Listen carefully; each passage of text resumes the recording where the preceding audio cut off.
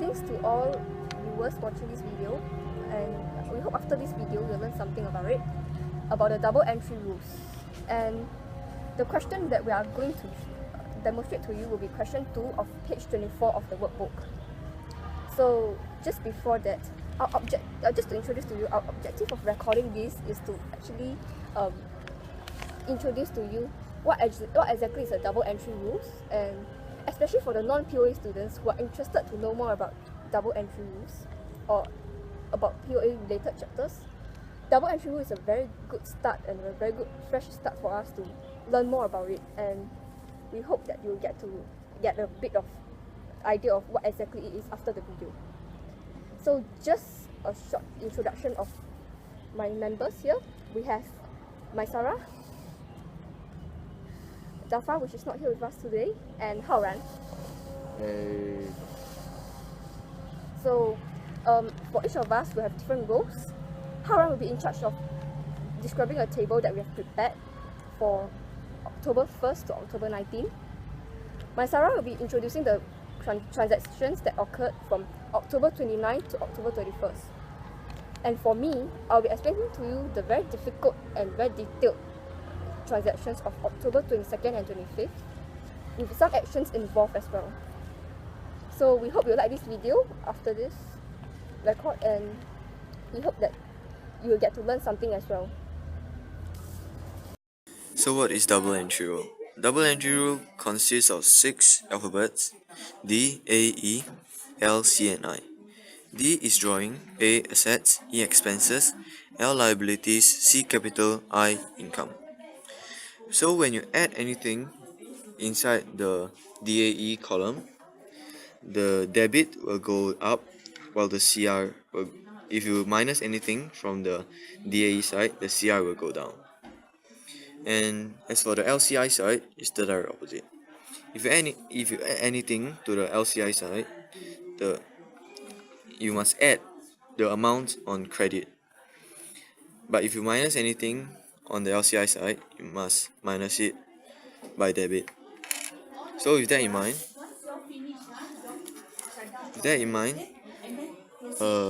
here is the transactions for October 1 to October 19. On October 1, the owner sets up Jones 1 with 30,000 deposited into business bank account.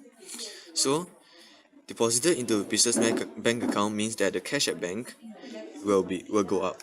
Since the cash at bank is assets and DAE, the assets is in DAE, if you add anything to it, the drawings will go up.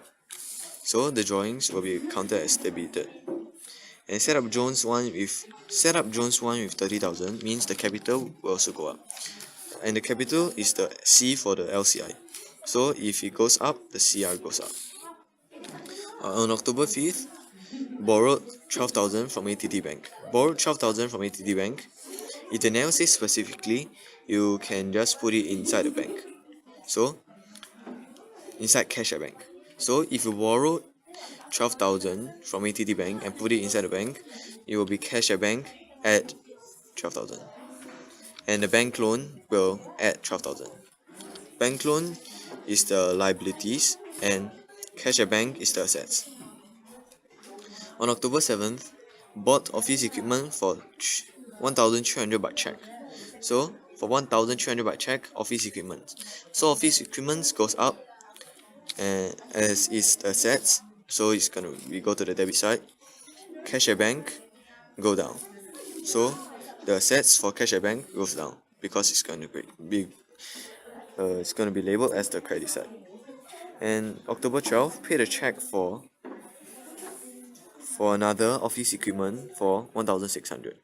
So it's the same as the last one, but only the values are different.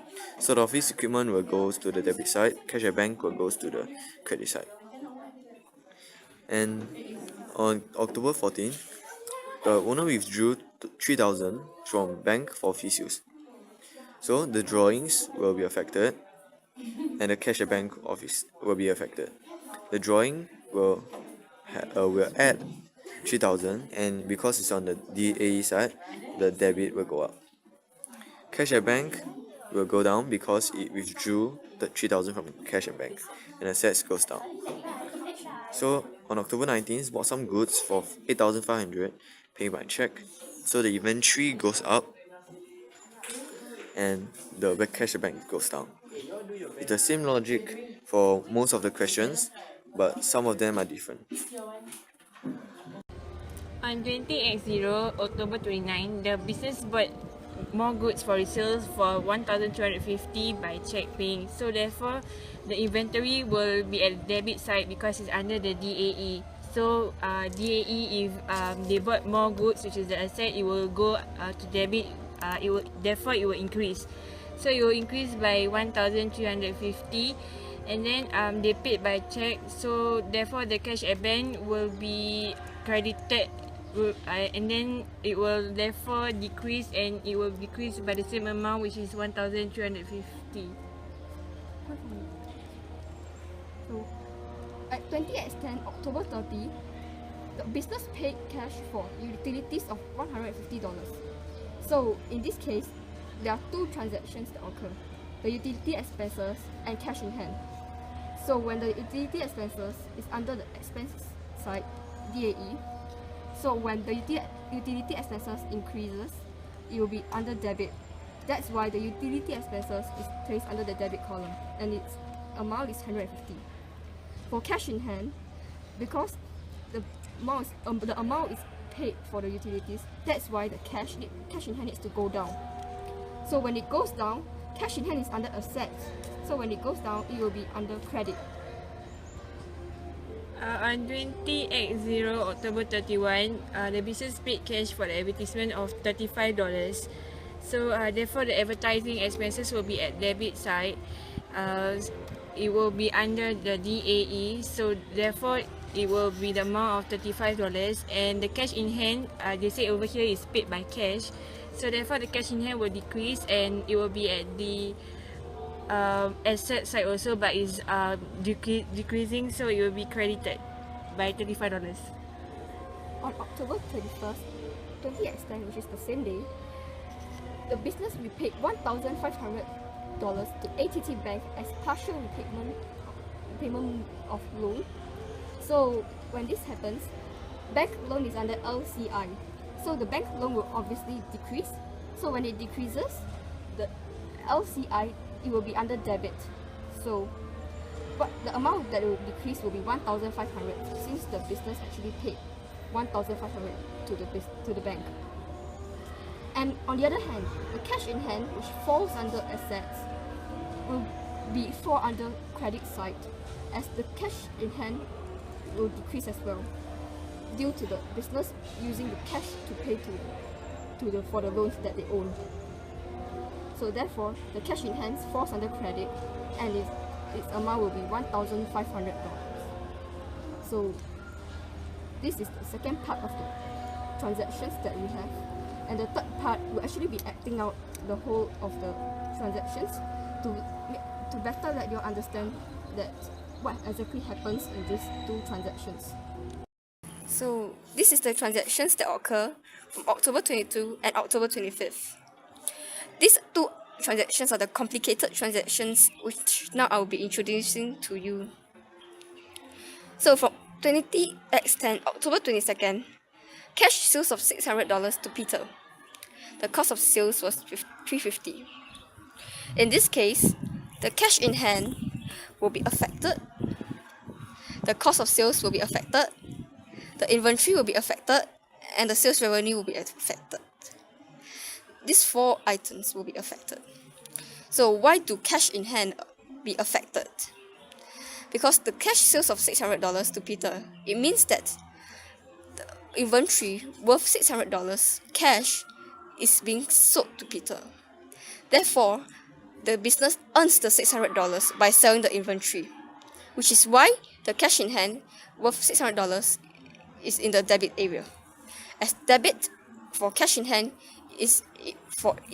means increasing, and for inventory, when it decreases, it is to be credited, as is under the assets column.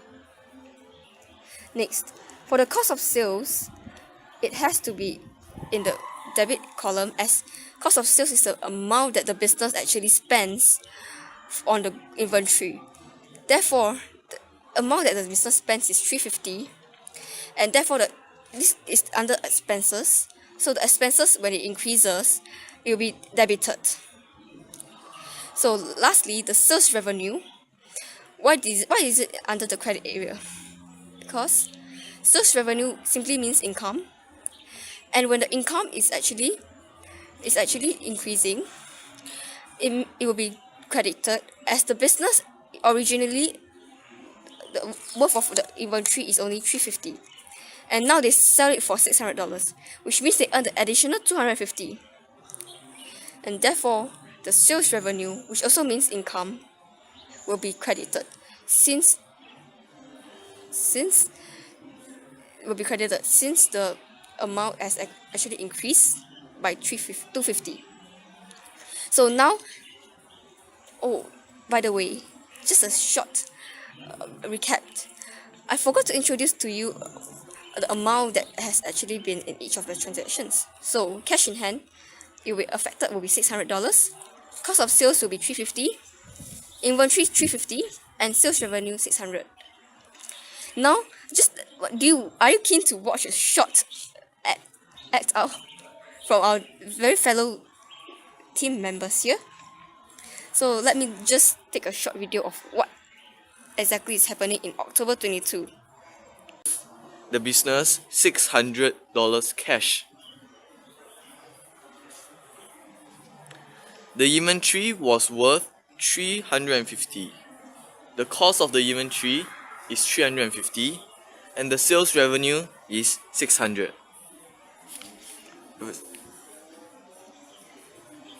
On October 25th, the business sold inventory worth of 3,200 to Peter. Peter gave cash 3,200 to business.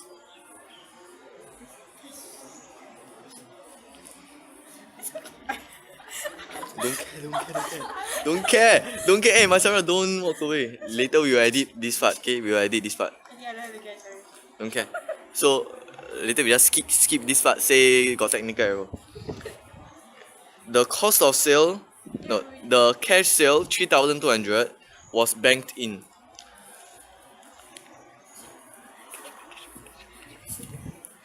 Banked in. Yes.